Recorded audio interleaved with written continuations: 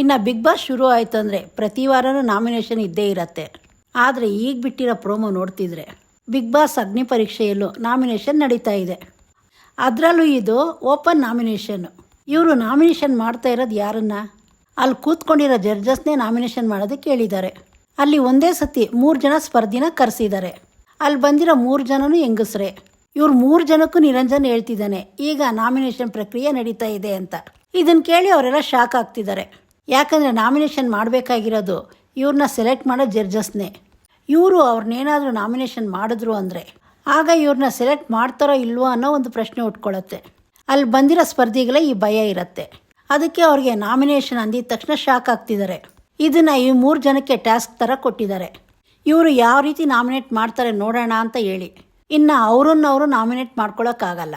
ಯಾಕಂದರೆ ಅಲ್ಲಿ ಬಂದಿರೋ 3 ಜನಕ್ಕೂ ಒಬ್ರಿಗೊಬ್ರು ಪರಿಚಯ ಇಲ್ಲ. ಇನ್ನು ಬಿಗ್ ಬಾಸಲ್ಲಿ ಅಲ್ಲಿ ಕೂತ್ಕೊಂಡಿರೋ 4 ಜನನೂ ನೋಡಿದ್ದಾರೆ. ಅದನ್ನು ನೋಡಿ ಇವರು ನಾಮಿನೇಷನ್ ಮಾಡ್ತಿದ್ದಾರೆ. ಅಲ್ಲಿ ಬಂದಿರೋ 3 ಜನದಲ್ಲಿ 2 ಚಂದನೇ ನಾಮಿನೇಟ್ ಮಾಡ್ತಿದ್ದಾರೆ. ಇದಕ್ಕೆ ಅವಳು ಕೊಡ್ತಾ ಇರೋ ಕಾರಣ ಏನು ಅಂದರೆ ಪ್ರತಿಯೊಂದು ಗೇಮಲ್ಲೂ ಅವ್ರಿಗೆ ಸ್ಟ್ರಾಟಜಿ ಗೊತ್ತಂತೆ.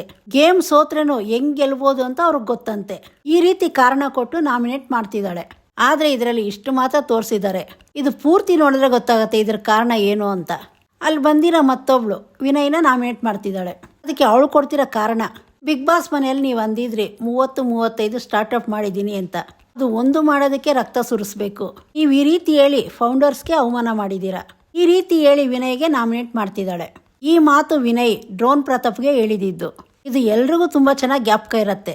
ಗ್ರ್ಯಾಂಡ್ ಫಿನಾಲೆಯಲ್ಲಿ ಇದು ಒಂದು ಕಾಮಿಡಿ ಥರ ಮಾಡಿದ್ರು. ಈ ಮಾತಾಗ ಎಲ್ರಿಗೂ ತುಂಬಾ ನಗಿಸಿತ್ತು. ವಿನಯ್ ಇದನ್ನು ಸೀರಿಯಸ್ ಆಗಿ ಹೇಳಿದ್ನೋ ತಮಾಷೆ ಹೇಳಿದ್ನೋ ಗೊತ್ತಿಲ್ಲ. ಆದರೆ ಡ್ರೋನ್ ಪ್ರತಾಪ್ಗೆ ಈ ಮಾತು ಹೇಳಿದ್ದ. ಇನ್ನು ಈ ಕಾರಣ ಇಟ್ಕೊಂಡು ವಿನಯ್ನ ನಾಮಿನೇಟ್ ಮಾಡ್ತಿದ್ದಾಳೆ ಅಂದರೆ ವಿನಯ್ ಇದ್ರ ಬಗ್ಗೆ ಏನು ಹೇಳ್ಬೋದು ಕಾದು ನೋಡೋಣ. ನಿಮ್ಗೆ ಇದ್ರ ಬಗ್ಗೆ ಏನು ಅನಿಸುತ್ತೆ ಕಮೆಂಟ್ ಮಾಡಿ ತಿಳಿಸಿ. ಚಾನಲ್ ಸಬ್ಸ್ಕ್ರೈಬ್ ಮಾಡೋದು ಮರಿಬೇಡಿ.